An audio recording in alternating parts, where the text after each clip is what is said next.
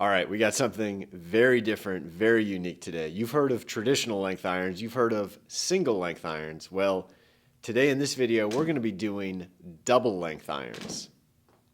We might just revolutionize golf. Let's go.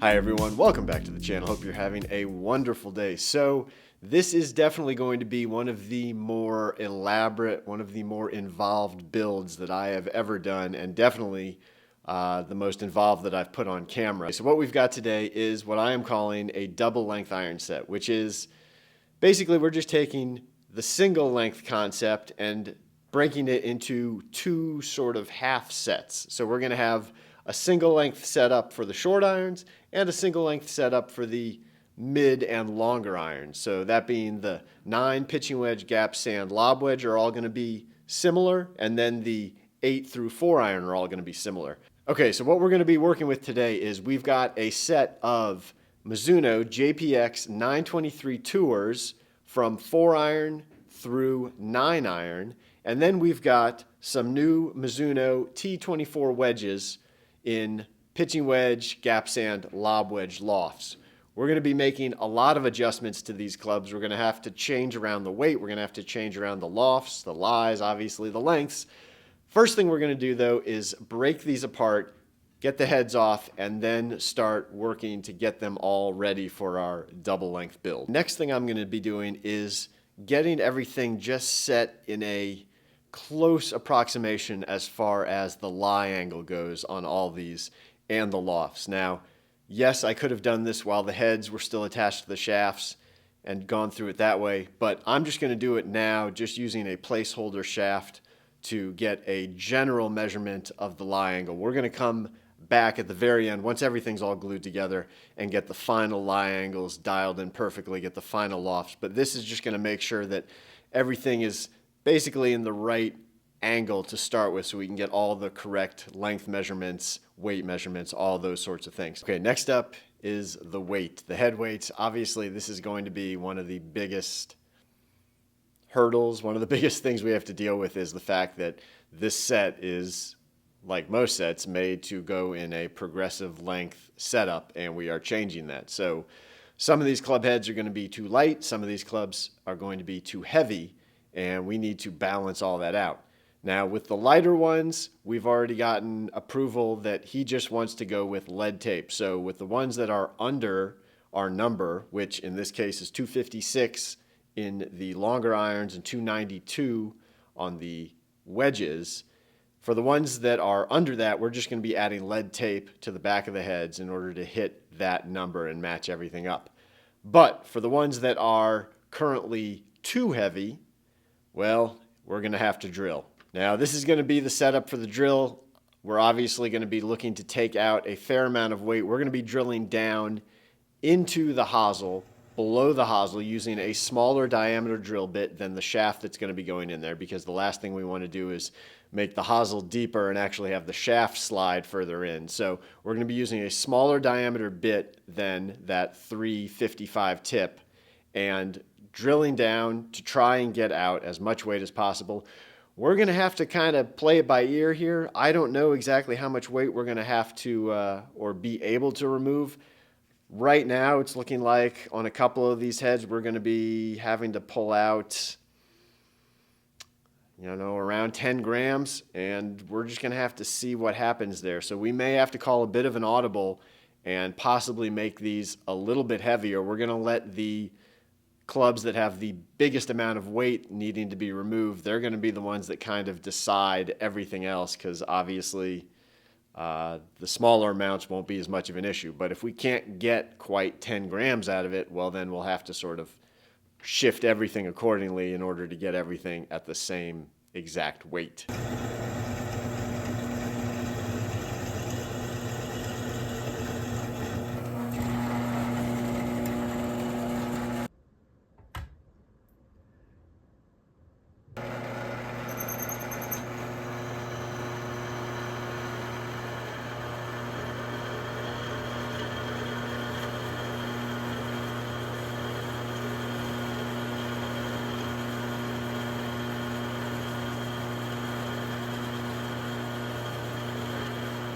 right, back to this double length iron build, second day.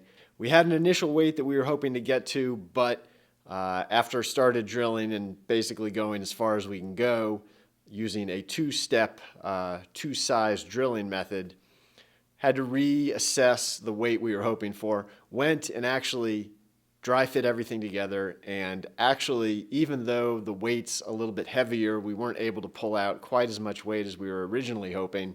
When we swing weighted everything together, actually came out right in the D0 range for the longer single length part and D1 for the shorter single length part. So that turned out perfectly. So we're just going to go ahead and use those weights and apply them across everything else as far as what we now have to go on the other side. After drilling out the higher lofted clubs, now we have to add lead tape.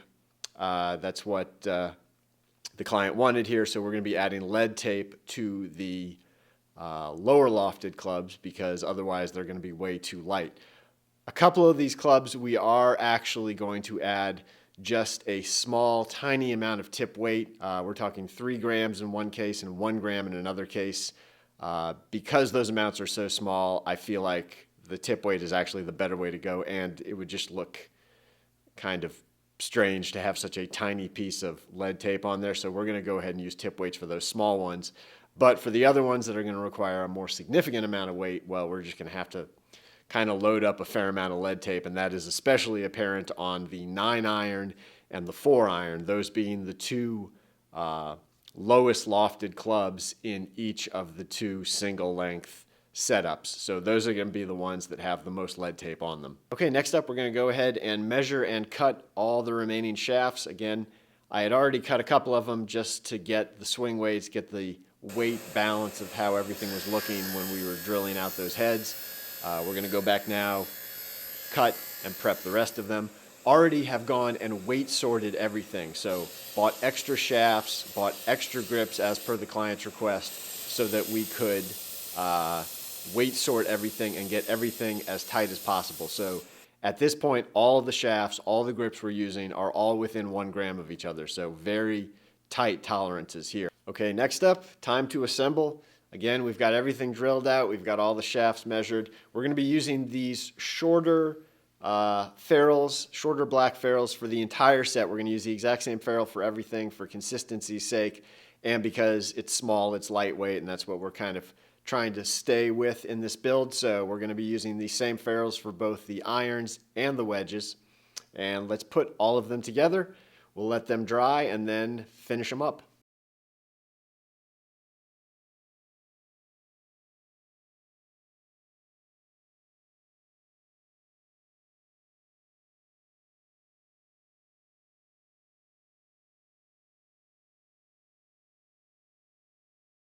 Okay, the clubs are ready to go. The epoxy is dry. So now we are actually going to go back at this point and I am going to recheck everything for loft and lie again because I did it before just as a rough estimate just to kind of get them in the right general area. But now we're going to go back and make sure everything is right on the money.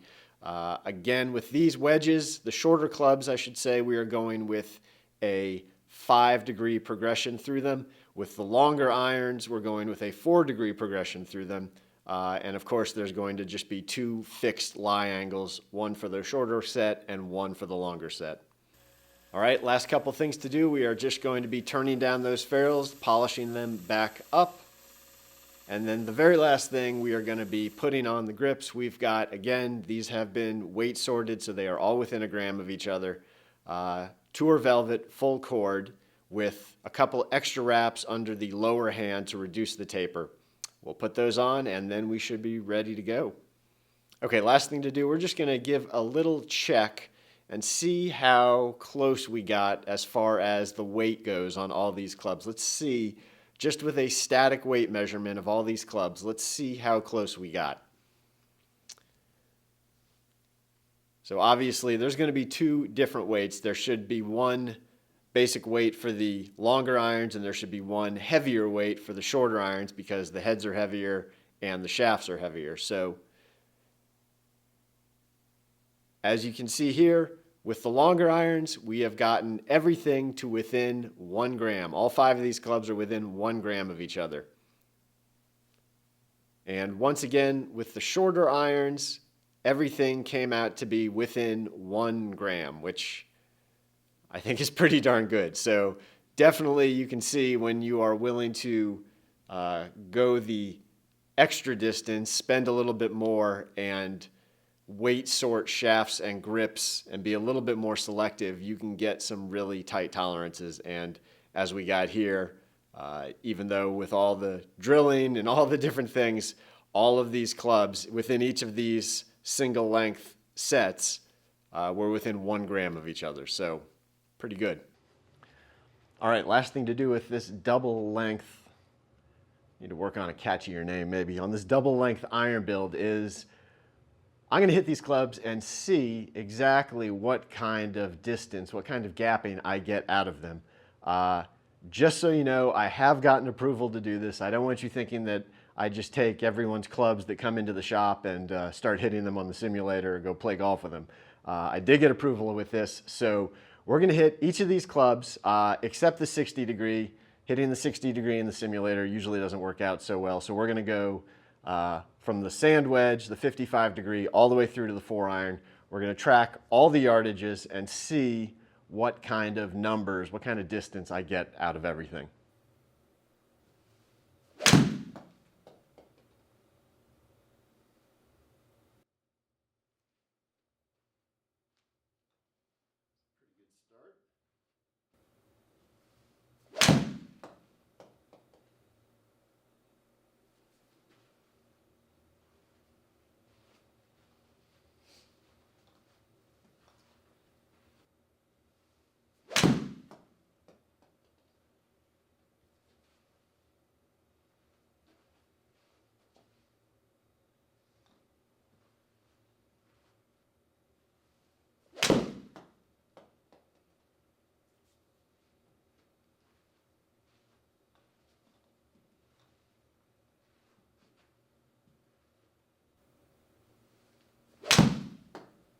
That was a nice one.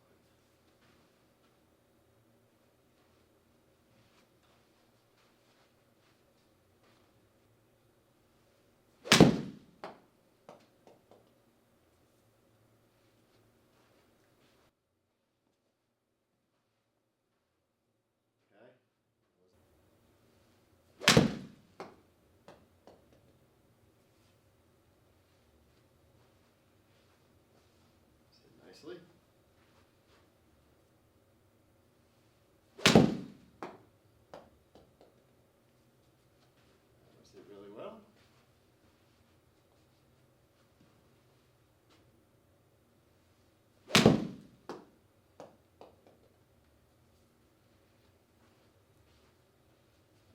Really nice.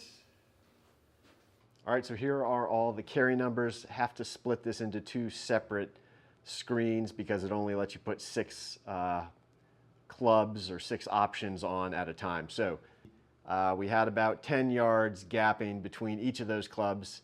Had about, well, 16 yards with the 55, but that kind of happens with my swing sometimes, I know from my own clubs. Here's where probably the most interesting thing would have happened, which would be what are we going to see between the 9-iron, the 40 degree, at 35.5 inches and the 8-iron at 37.5 inches. And what we got here was going from 143 to 159. So 16 yards difference between the two. A little bit bigger than, I guess, what we would say is ideal, but maybe honestly not as big as I was thinking it might be based on how much length difference there was between these two clubs.